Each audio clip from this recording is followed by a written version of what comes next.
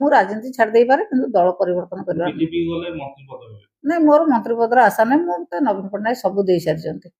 ଯାହା ନବୀନ ପଟ୍ଟନାୟକ ଦେଇଛନ୍ତି ତାହା ଆଉ କୋଉ ଦଳ ମତେ ଦେଇପାରିବ ନାହିଁ।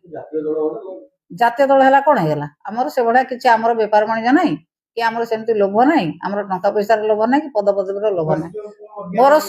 ମୋର ସବୁ ନବୀନ ପଟ୍ଟନାୟକ ଦେଇ ସାରିଛନ୍ତି। ମତେ ସ୍ପିକର କରେଇଛନ୍ତି, ମନ୍ତ୍ରୀ କରେଇଛନ୍ତି, ଚିଫ୍ ହୁଇପ୍ କରେଇଛନ୍ତି, ମତେ 8 ଥର ଟିକେଟ ଦେଇକି ଏମଏଲଏ କରେଇଛନ୍ତି।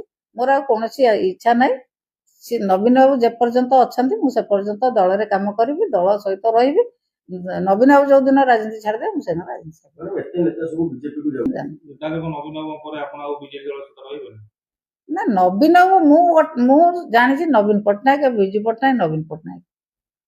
ନବୀନ ପଟ୍ଟନାୟକ ଯେପର୍ଯ୍ୟନ୍ତ ଅଛନ୍ତି ମୁଁ ସେ ପର୍ଯ୍ୟନ୍ତ ଅଛି। ତାପରେ ରାଜନୀତି ଛାଡ଼ିଦେଲେ ମୋର ବୟସ ହେଲାଣି। ତାପରେ ରାଜନୀତି ଛାଡ଼ିଦେଲେ ଅସୁବିଧା କ'ଣ ଅଛି? ମୁଁ 8 ଥର ଏମଏଲଏ କଣ୍ଟେଷ୍ଟ କରିଛି, 7 ଥର ଜିତିଛି।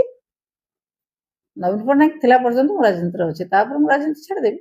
ଦଳକୁ ଯେହେତୁ ଆପଣ ଜଣେ ବରିଷ୍ଠ ନେତ୍ରୀ, ଦଳକୁ ସମ୍ଭାଳିବାର ଦାୟିତ୍ୱ ଆପଣଙ୍କ ଉପରକୁ ଆସିବ। ଦଳ ଯେତେବେଳେ ଯୋଉ ଦାୟିତ୍ୱ ଦେଇଛନ୍ତି ମୁଁ ସେ ଦାୟିତ୍ୱ କରିଛି।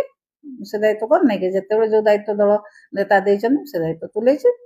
ଭବିଷ୍ୟତରେ ଯୋଉ ଦାୟିତ୍ୱ ଦେବେ ତୁଲେଇବି।